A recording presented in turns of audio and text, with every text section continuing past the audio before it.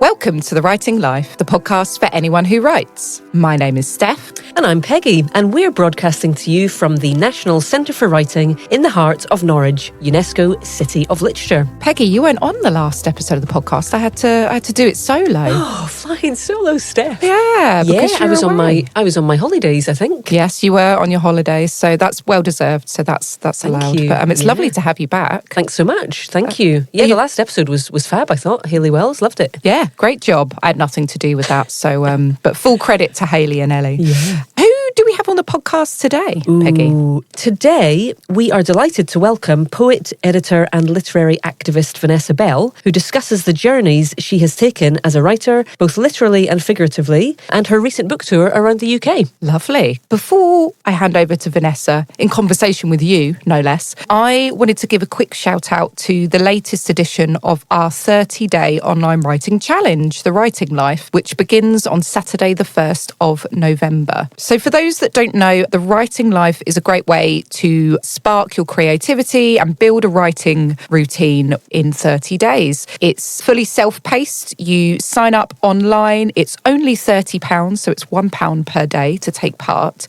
And each day we deliver you a exclusive original writing prompt to your inbox, and you've got 15 minutes max to have a crack at it. So I think it's a great way to try writing for the first time if you haven't done it before, or if you're looking to break old habits, looking for something a bit different to do. There are standalone prompts that focus on everything from the senses to setting and character. Then there's a little section in the middle that is kind of interlinked. So a few of the days are linked together to help you build on an existing short piece of work that you've been writing on. And then it goes back towards the end to those standalone daily prompts. And once you've purchased this, it's yours to keep forever. So you can keep going back and reusing the prompts that are most useful to you. It's a challenge that runs every other month. So if you think November isn't the right time for you, we'll also be running it again in January. So make sure you head over to nationalcentreforwriting.org.uk/challenge to take part. So here we go. I will say that I totally loved getting to chat to Vanessa for this podcast, so I hope that folks enjoy getting to know her. A little bit about Vanessa. She is based in Quebec, which is also a city of literature. She is the co-director of Contour and director of the poetry collection at Éditions du Quartz. Her debut collection of poetry, De Rivières, was published by La Peuplade in 2019. She co-edited the Anthology of Contemporary Poetry by Women in Quebec, and Monument is her latest book and won the 2021 Félix-Antoine-Savard Prize. Vanessa was selected as a 2022 Writers' Trust Rising Star and mentored by Nicole Brossard. So here we go. Can I just say I'm very pleased that I asked you to read out Vanessa's biography, because that was some fantastic French pronunciation there. My schoolgirl French gets its time. It was wonderful. I would have butchered it, so well done.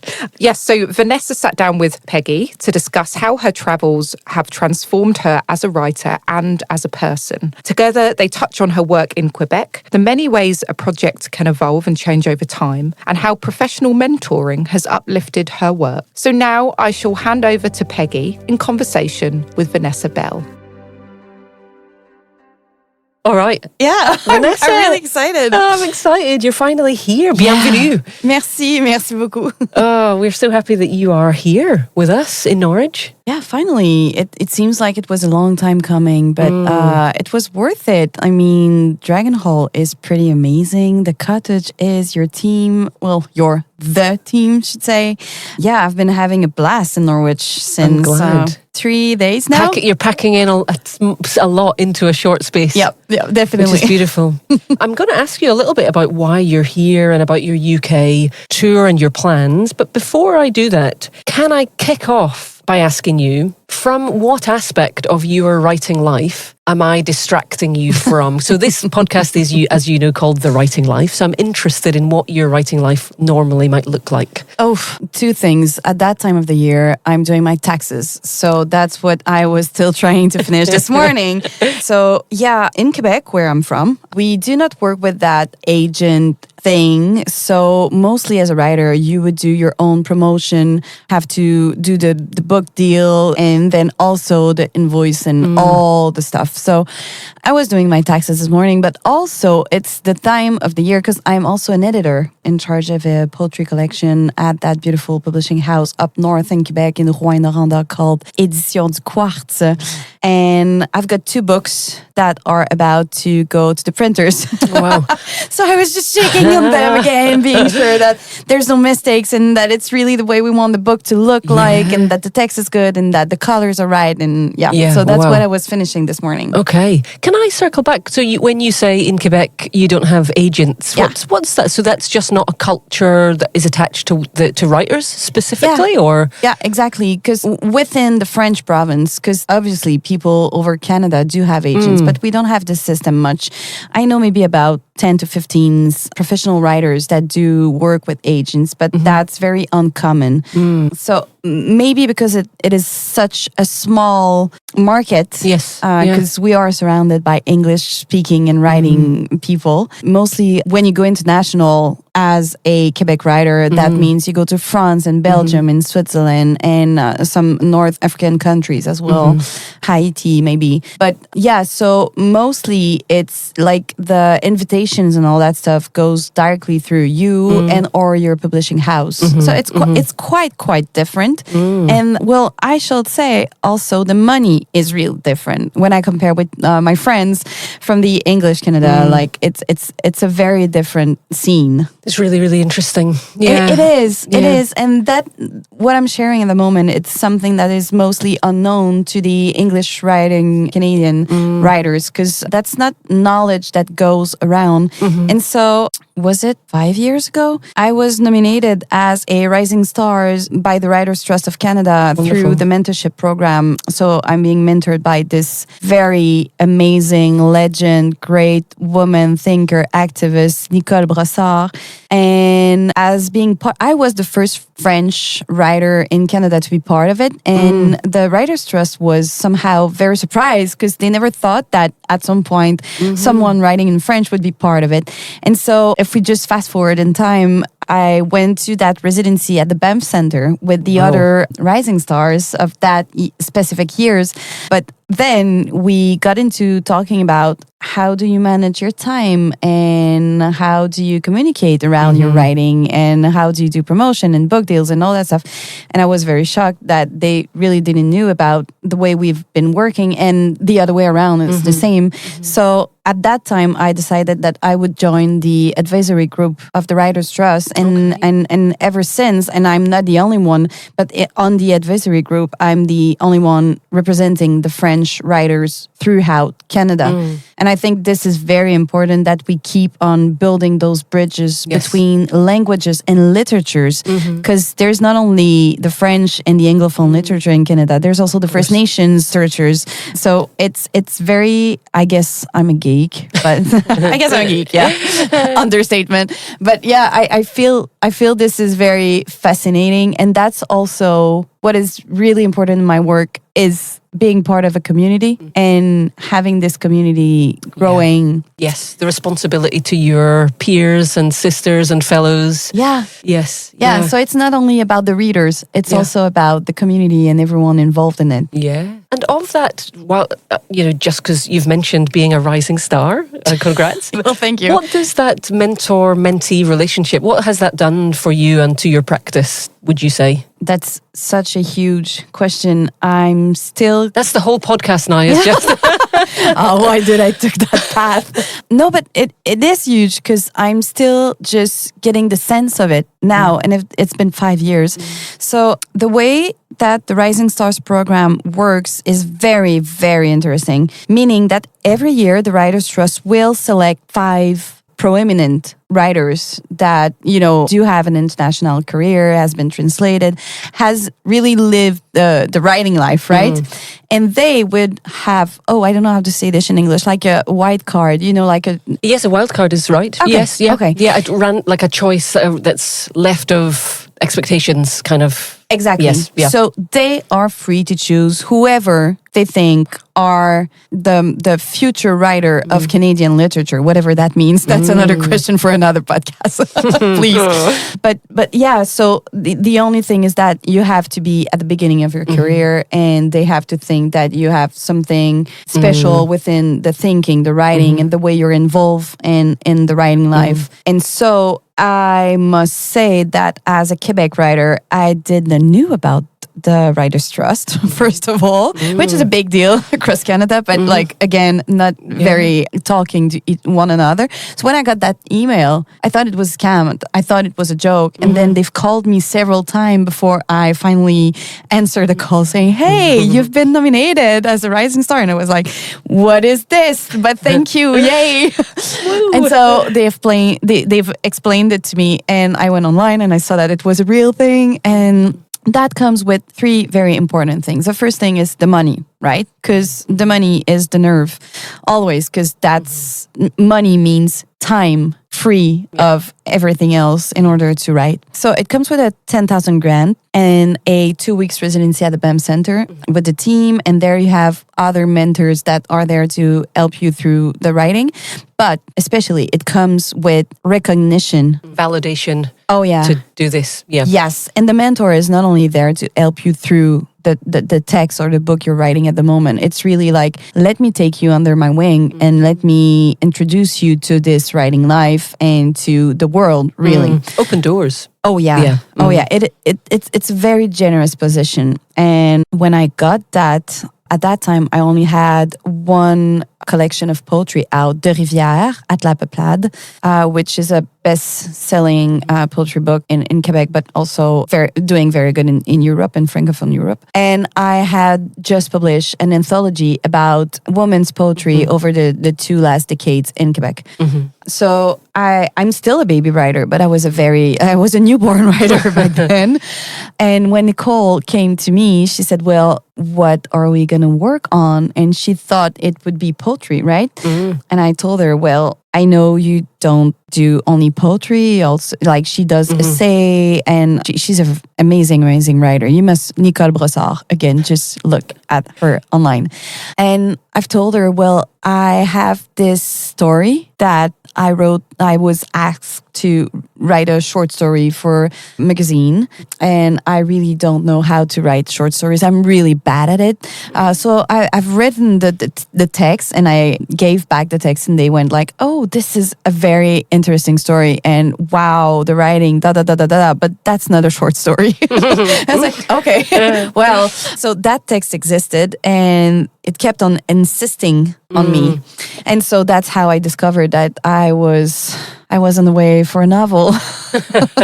Very discouraged about that. So I told Nicole, I think I want to work that text with you because I feel like this upcoming book that I'm about to finish now is really like a full circle of what I've written so far. So to circle back to your question, what did that gave me so much in so many ways? So it's networking, it's new friendships, it's insight on my work, it's validation, it's also, I think I want to say it again, it's friendship through the words, friendships through the books, the stories, and the way we think and live what is a writing life, really. A masterclass answer, to be fair. Fair.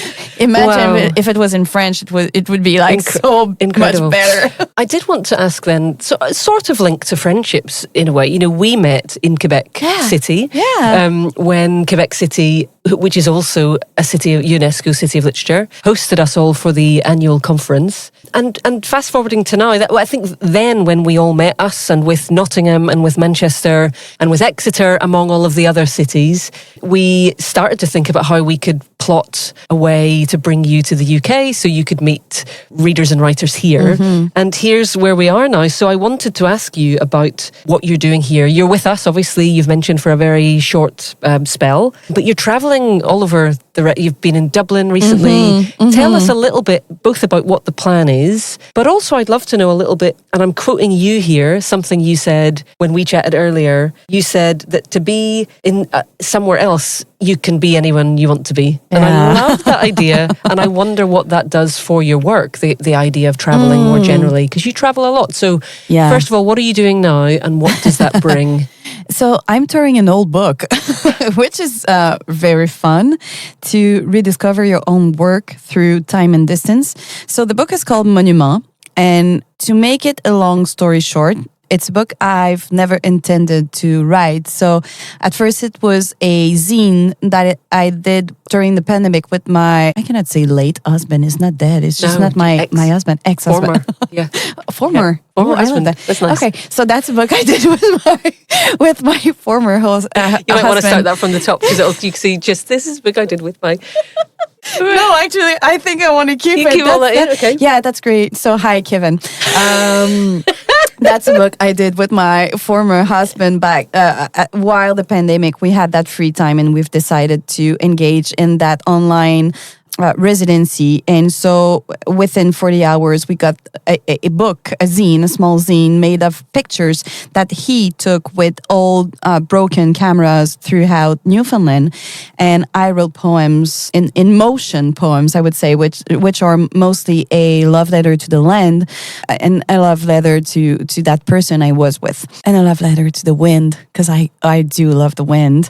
So the zine came out. We were done with it. We thought not much of it. But then the next summer, because of the pandemic, the big music festival was cut in Quebec City. So the mayor has like all this cash that he has to do something with it. And he just called upon all the professional artists in the city on a big Zoom call saying, hey, you're going to go in the park and you're going to perform. And I thought, oh my God, what could I perform? Because back then I only had that collection of De Rivières, which is mostly about abortion. And I thought, that's terrible picnic gig. It's not family wise, and also very beautiful, but also possibly depressing in the summer. So I thought, what could I offer to those people in the park, and how can I engage with them, and how can this be something fun and accessible? And so I thought back to that poetry photograph zine about traveling, really, which we were not allowed to do back then. But then once I figured out, I'm gonna read this, I thought, there's this obstacle of people, like whenever you've been read to, you have to engage very deeply. It's I, and it's like all of your body have to be in a position where it's receiving it. And I'm a very shy person, so I thought, what can I do in order for people not to look at me? Because I love to read to people. It's one of my favorite things. But I do not like this. Well, not I do not like, but I find it challenging, this intimacy, this deep intimacy through poems, especially. Of being perceived, because you're perceived on the page, but in being perceived while performing. And I did want to ask you about that, because that's a really different mode, isn't it? It is. But we'll get back to it. Yeah. So anyway, I came out with this idea of a book. And really what we did is that together with Maxime Roux from the Criterium Agency, we've worked on this book for like 2 weeks, and that was it. The book was out. So it's mostly 100 photos, black and white and in color, and also old cameras and digital photos, and 16 poems. But it's I think we need you to describe, we're here in the studio at Dragon Hall, and I'm looking at it, and I've already got a copy, but it's a beautiful, it's an interesting format. It's got this really striking black and white cover. How did you land on this design aesthetic? Well, that's really Maxime's work, I must say, and that's why I went to him, because I knew he would do something very elegant and something very distinctive at the same time. And we had, so the title of the book is Monument, and that's, this idea of something monumental, something reaching for the sky, for something that is in the ether, something that is almost like faith. And so he came with this idea of having this very long rectangle form shape in order to just emphase with the title. And because there was so many different textures and pictures and colors and everything, he came with that idea of the frame with the black and white. That would be the frame of every pages, and that we would just put the photos in it. And then when it came to the text, I knew I wanted to have the text being perceived as a photo, meaning the text is not more important that any other component of that book. So that's where we came with we came with this idea of the full spread on two pages. How would you say that? Double page spread, you yes, mean? Yeah. exactly. Of the text being just a mass. And also what you have to know if you don't have the book in your hands is that there is no punctuation and there is no lines on the poem. So it's really this idea I've been working with for a long time now of anyone and everyone knows how to read poetry. I deeply believe in that. And by taking out the punctuation and the lines, some people might find it's hard to know what it is about. But the real reason for me doing that is two things. First of all, the rhythm is that you find the song in the poem and you decide wherever like a verse or a line is over, and you get to choose which words go together and the image that comes out of it. And that is very important for me, for the reader to know that outside the school system, outside the way we do teach poetry, everyone knows how to read poetry and everyone knows how to receive poetry because it's so close to music, right? So that's how we came with the book. The idea was really to do something very stunning, very elegant, very beautiful, that people would want to have this book in their hands and go back to it again and again. And again, the idea was to have people travel through images and text. And I think that it's working with the format. So I did the performances in the park, and I would come to people saying, "Hi, I'm sorry, you know, hi, I'm here to. Well, would you like?" And I was so uncomfortable. Would you like me to read you a short poem about Newfoundland? And people would automatically say, "Well, no, thank you."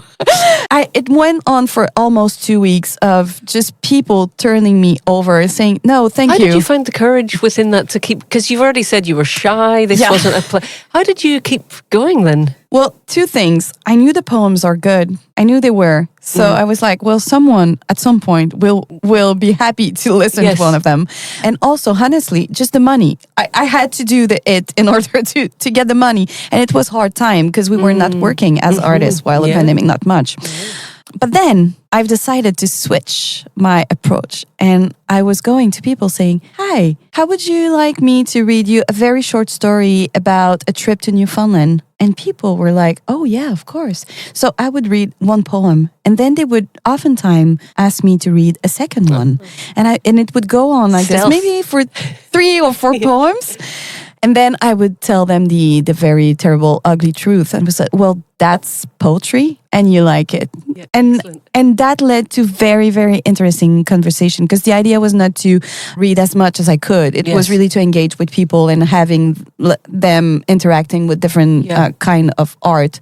So in that sense, then, this project is a set of serendipities that has led to it, because it started life as one thing, it evolved because of the pandemic, and now it's this show that you're touring in the UK. And exactly. So because of the book was so beautiful and I was so proud of it, when I got because I at first it was only two copies of it, one for myself reading and one for the person listening to me. I posted on socials, and a very distinguished publishing house in Quebec came to me regarding that post and said, well, you know what, we would like to do a wilder version of it, and would you be open for us to publish a book? And it was such a surprise, but also I was very, very happy with it.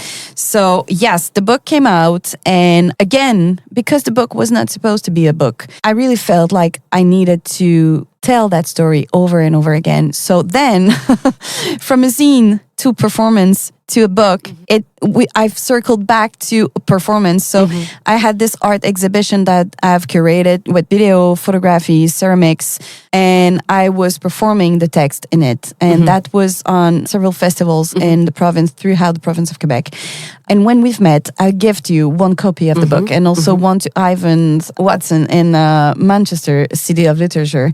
And at some point, when we became to be friends, at some point I would send him voice messages of the reading in French, because he's also learning French. And that's how I was invited to come to the UK, and that's how I came to you guys. So that was a long Well, I was trying to make it short, but it's a long, good story.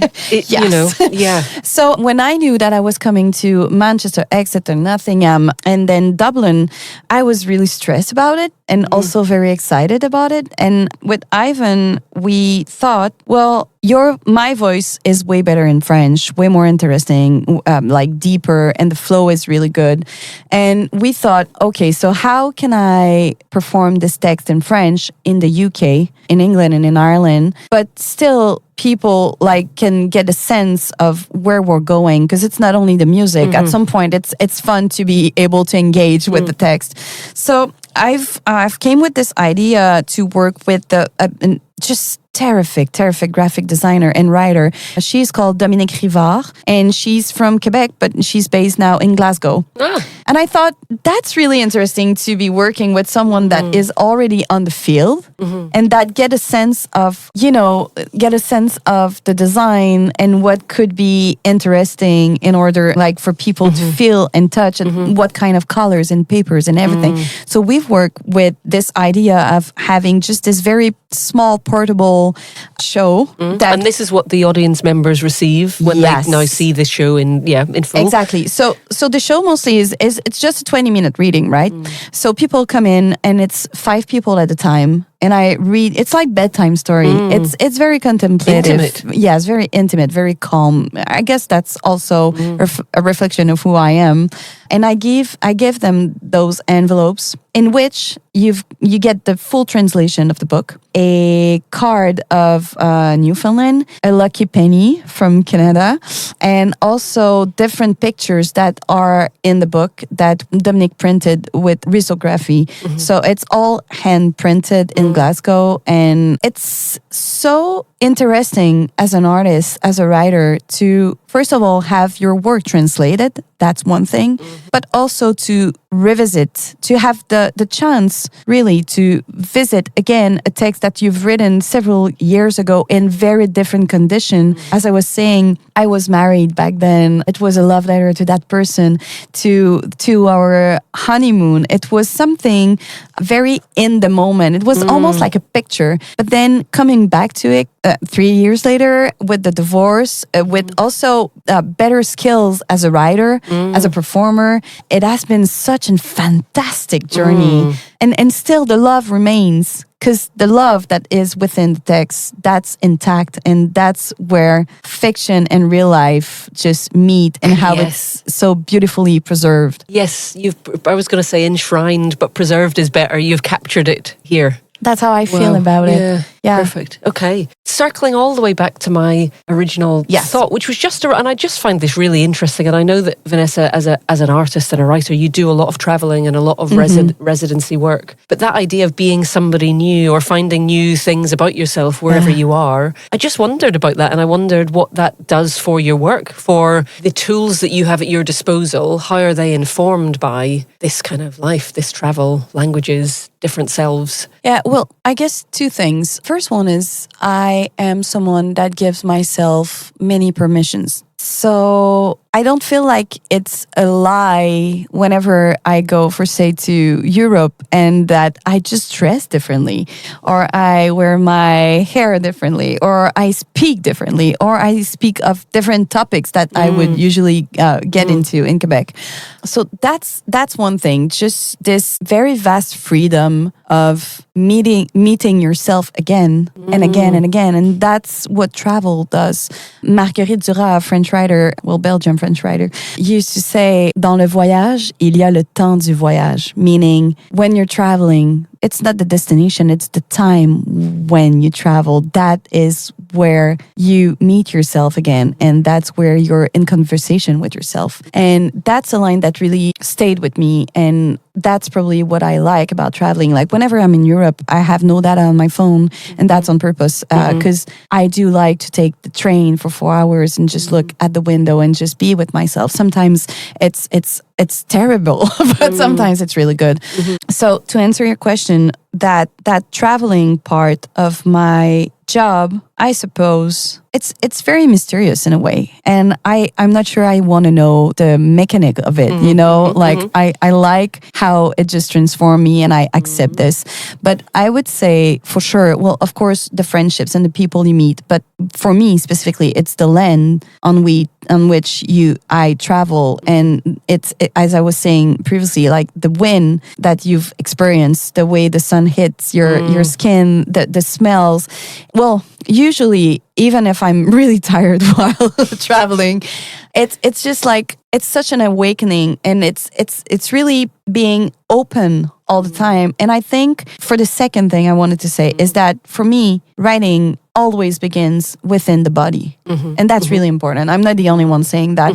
It's just like whenever I walk, whenever I swim, whenever I have sex, whenever I go to the museum, I'm already writing. It's always in there. It's a full-time conversation with myself. And some writers will take many notes, and they have those very brilliant book. I'm not a brilliant writer.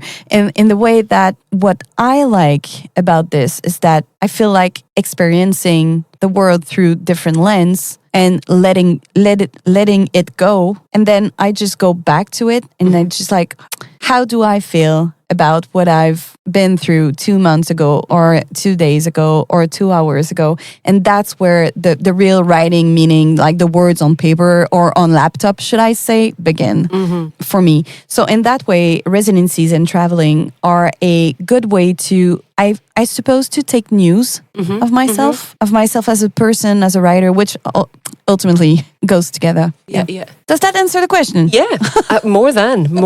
And I think what you've been saying there about kind of, I don't know, being open to experience and what each place will brings me on to what I wanted to talk a little bit about your backlist, previous work, motivations more generally. Yep. And in which I think you've yourself said that you are porous as a writer. You're always open to those things. And that also made me think, of course, of your relationship with water, which I think has conditioned not just what you write about, but the way you write and how you think about writing. And I just wanted to open that as a question to you, what water means to you, and to also confess to you that I can't swim. Really? So when I've been reading you, I've been thinking, wow, maybe I should try and learn to swim. I would love that to could be go a for a deeper swim with you. Yeah, well, If I drown. ever That's the you're problem. open to it. No, but I have my cards. Like I'm okay. I can pick you up. Hoist me up again. Okay. So for the people that doesn't know my work, which is mostly everyone listening to the podcast at the moment. At the moment, I'm a cold water swimmer. I wrote a book about it because I was asked to write a book about it.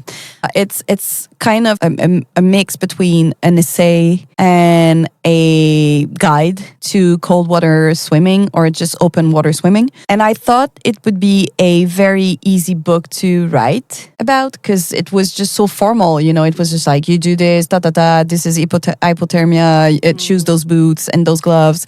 So quite practical, Yeah, exactly. But when I was in the middle of it, I thought, okay, this is a very boring book. I need to make it more personal. I need to make it a storybook as well, because cold water or open water swimming is just story. That's every swim is a story. So I thought I should put personal swims in there and just tell people how, like, the other dimension of it that you cannot quite write about it on a technical book, but mostly, the connection to the water, the connection to the land, the connection to the living things that are non-human or non-animals things. And in some way, I've discovered, I was very shocked by this, that this book was so close to my poetry. And that's how I finally accepted that ecofeminism poetry title that I was labeled from the very first book. I was lucky enough to have a lot of reviews on all of my books really, but that first one was and is still studied like in university and in college. And so I thought not much about ecofeminism because I thought, well, that's how academics perceive my book. And that's great. I think it's a good way of thinking of it. But for me, it's just the way I am and the way I move through the world. But the more I would write about swimming and water, the more I would understand that, oh, yes, all of my thinking really is linked to ecofeminism. And it's non-stranger to me being a woman and water being a very feminine element. If well, not to go in the feminine and masculine energy, but water with time. And because of those people that have written about my work and me reading them and also writing about swim, I've discovered that I am more a marine creature than a earth one, really. And I've discovered that all of my great joys are linked to water. And that's how I came to, that's a very intense conversation I'm having with you. Okay, but I'll go there anyway. In some way, writing about water and being a swimmer, an open water swimmer, made me accept so much more of who I am as a mother, as a woman, and as a writer. It's very healing for me to be in the water and to write about it and to share this with people. No, that definitely comes across in the work. And something you said of, I think it was your first book, you say it's a soaking wet thing. Yes. That slips through the reader's fingers, which I absolutely love. And it's, I think hopefully from hearing you talk about your work, there's this sort of multi-sensory dimension to how you work and think. It's not, you and the page. It's like water is in the fabric of what you're trying to say. Yeah, I suppose I'm a very sensual person and then so a very sensual writer. And so that piece you're referring to, if people wants to read it, it's called Water as Lover. So I was in residency in Melbourne and they've told me you can do a piece about anything you want. And I thought I'm going to try to link all of my books together and see what comes out of it. And you're right in saying that the water really is not only part of the writing, but it's really within the book. And many people have told me that they could feel like in their body being in the water while reading my books, which I think is so great. I don't think I'm smart enough to intend to do that. I think it's because it is so much part of myself that it just goes in the writing. Mm-hmm. As a concept, it's a fascinating idea to not be able to separate yourself from it, even if you wanted to. Mm-hmm. And on that same piece, actually, you mentioned that, I think it's that same piece, as is often the case in my life, is the insight of others that tell me what I'm writing about. And I just think that's also really, really interesting. I wonder what you would want to say to that. Has that been the case with all of your work? Or that's a whole other podcast maybe, but... No, I want to go there. As I said, it is such a gift, first of all, to have people interested in your work, to have readers, because many, many talented writers do not have that chance. So to be published is one thing, but then the book can just stay on the shelf and then being destroyed, I have a chance to have a beautiful, beautiful, very, very generous and brilliant audience, both as readers or as critics or academics that looks at my work. And that is something I am so not taking for granted.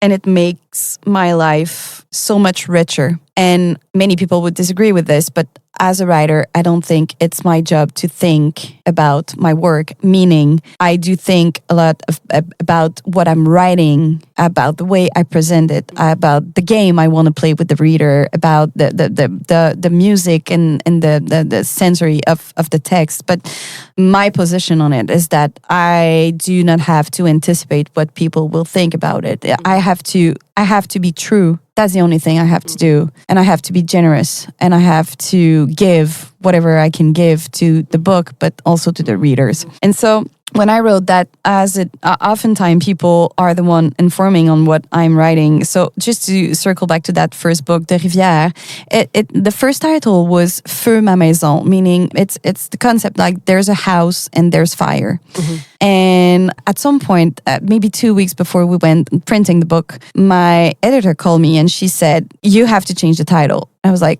no. And so how come? So she said, this very great writer, Suzanne Jacob, she's very famous in Quebec, and she's just published a book that is called Feu le Soleil, and it was almost the same title, you know? And she said, and anyway, this book has nothing to do with fire. It's just full of water. It's water everywhere. And I had never seen that in my book. I thought it was a book about abortion, really, and love and lust and sorority. But she told me, no, it's a book about water and all that stuff, but really it's about water. And that came out also with, of course, that book Monument that is about, an island. So, of course, an island is surrounded by water.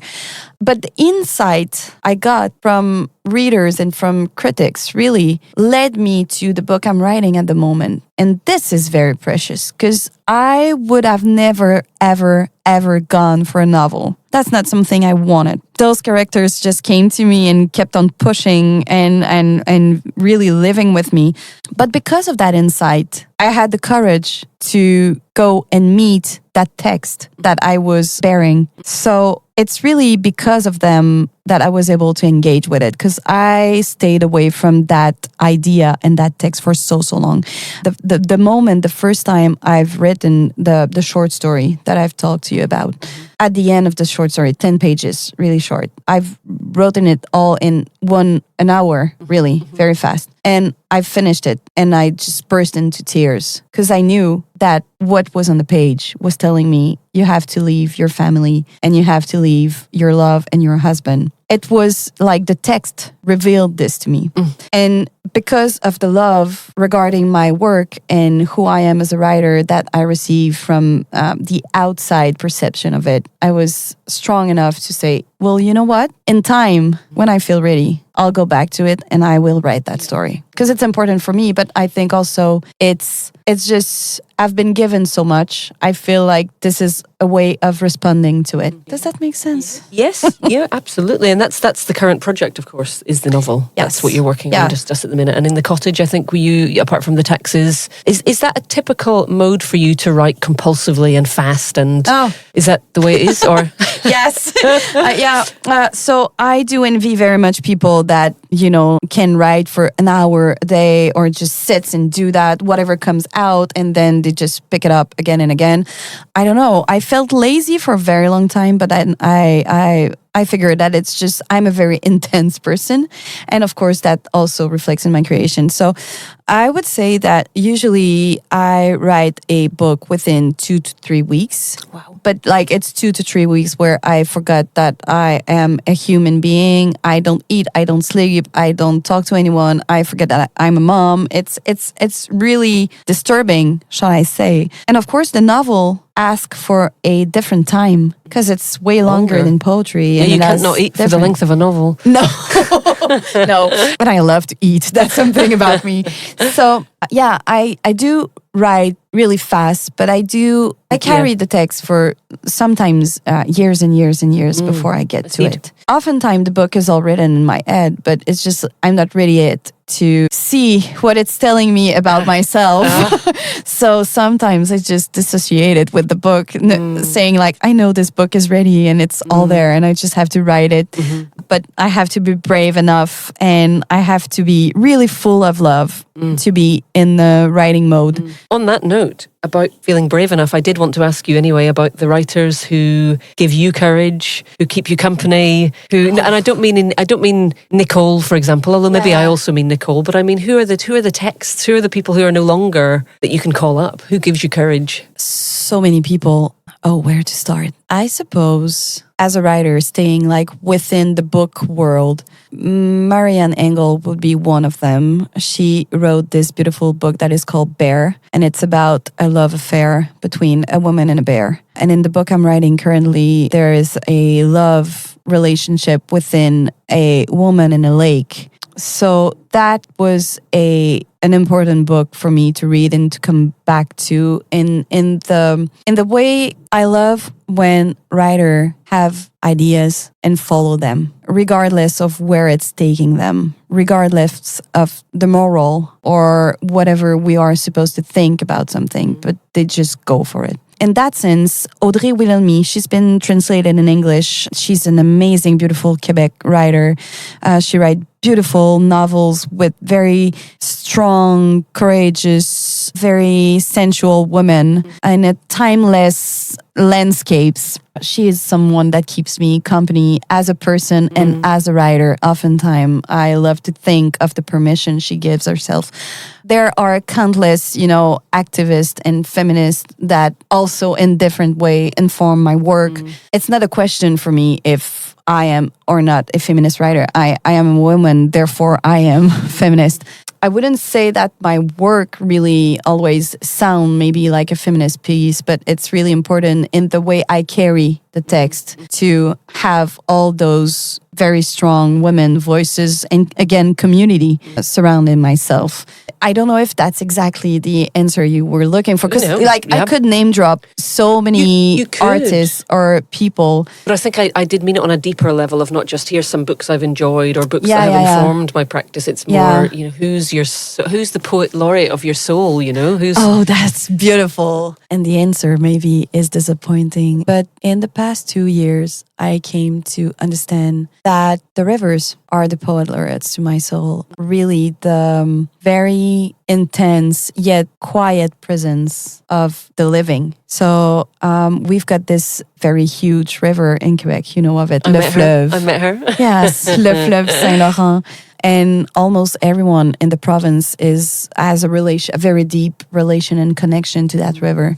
And in the past 2 years, I came to meet the forest. And that is a very different place to think and to be and to feel. And I don't know how this will inform my writing, but I know that there's a shift in it going from the river to the forest, the lakes, the streams. I don't know yet, and I wish it would be a person, but at the moment I feel way more connected and way more inspired just by the living in the land. I love it. And that does bring me neatly towards the end of our time together, Vanessa. No! I know. I feel we could have chatted for a long time, but... We will. We will. We continue to. But I just did want to ask a little bit more about Quebec City. Of course, I, as I've already said, was lucky enough to visit there in 2023 and had the most beautiful time and a really warm welcome. But it's also a city of literature, as Norwich is. And I just wondered what that means to you as someone who's from that city, who works and lives and writes in that city. I guess before we had the designation of the UNESCO title, before were part of the network, really, I didn't think much of Quebec as a writing place, meaning, just like a child that grew in a family and that does not realize that, their parents are amazing. When we became a city of literature, the first project we did was really historically related. So it was more about why Quebec was always a city of literature, but also a city of inspiration for many different artists and great thinker and political and So I came to discover when I went outside of myself, right, that the scenes are very vibrant in Quebec. And one of the things that distinguish Quebec as a city of literature within the network, within the 53 now cities of literature, is that we are a city of performer. Really, the book is one thing, but that's never the end of it. So the thing I'm doing at the moment with Monument, like performing the text in front of people and really embody the text itself and try to connect and have a in-person real connection, that's not something unusual in Quebec. And oftentimes people will think about maybe slam because that's something that is more embodied,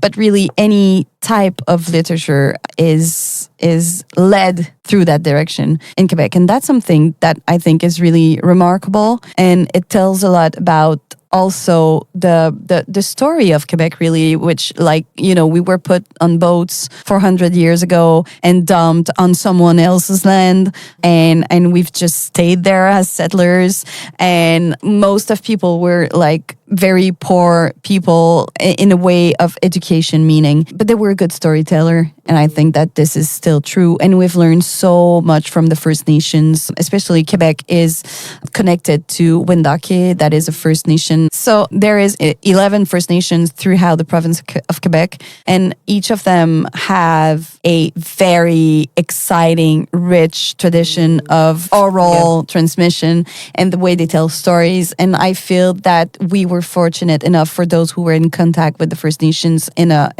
I would say maybe friendly way, or in a way that we would be interested in them for real. I feel that our literature's plural really is very rich of that. And also, so that's another thing. Quebec, as a UNESCO city, decided to share that title with Wendake as well, because Wendake was a res at first, and then the city grew all around it, which is really bad.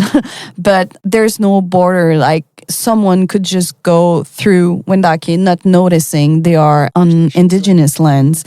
So we have this amazing, really amazing publishing house and library called Anenorak that's in Wendake, and it's the only Canadian publishing house that is dedicated exclusively to First Nations literature, both in English and in French and translation, and many other indigenous languages. And I think this is something that makes Quebec so distinctive, the way we want to work together, but the way we are curious about it and the way those exchanges inform each other practices. I would be lying saying that it's always easy, especially for a First Nation like the Wendat that completely lose their mother tongue. So at the moment they are really trying to revival it, and in that way they protect it. So it's not for us yet to be part of that conversation. But how wonderful and precious and exciting it is as a writer that works with words and the meaning of them and the words, the world that the words open to witness a whole nation going back to a mother tongue that says so much about who they are. I feel very fortunate for that. I would just point at two person, Mireille Gagné, because she's been translated in English a lot and she had great success. Eco tale, futurist, not so near in the future. She's a beautiful writer. And also Daniel Grenier, he's a translator, but also a writer within the very American tradition of, you know, those very long historical books, but also works very much with the First Nation writers. And I must mention two people from Wendake. I know.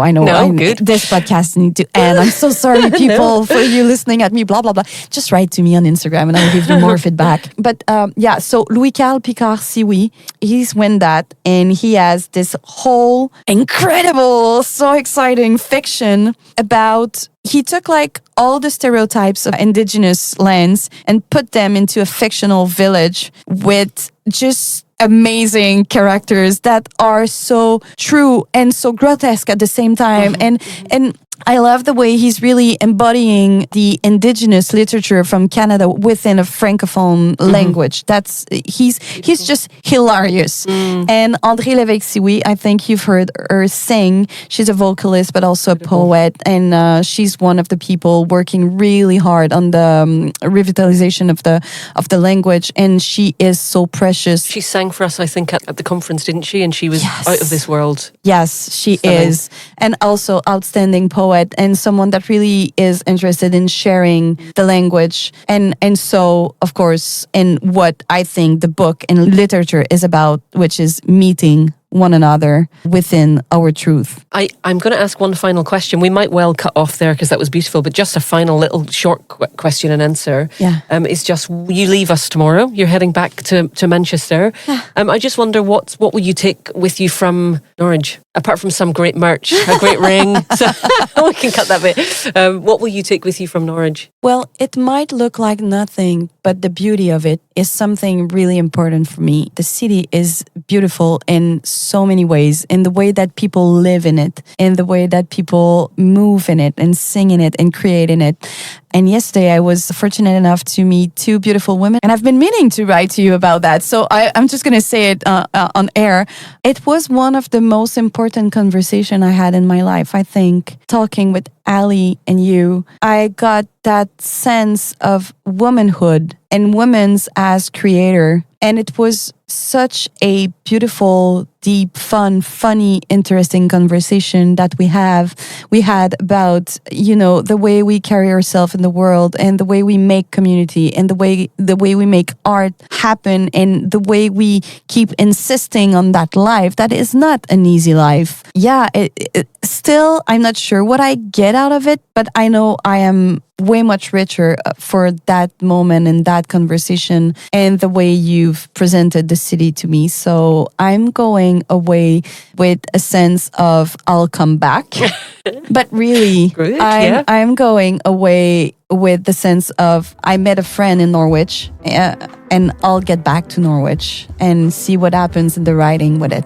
A big thank you to Vanessa Bell and to Peggy for their time. If you have any questions or would like to get in touch with us, you can find us at Writer Centre on Blue Sky and on Instagram. We're on Facebook, and you can sign up to the NCW newsletter at nationalcentreforwriting.org.uk. As a UK registered charity, we rely on the generosity of our supporters to make our work possible. You can make a donation on the website today by going to the Support Us page. If you enjoyed what you heard today, please do consider subscribing to the podcast and leaving a rating and a review, because this helps other writers to find us. 5 stars only, please. Thanks again, keep writing, and we will catch you on the next episode.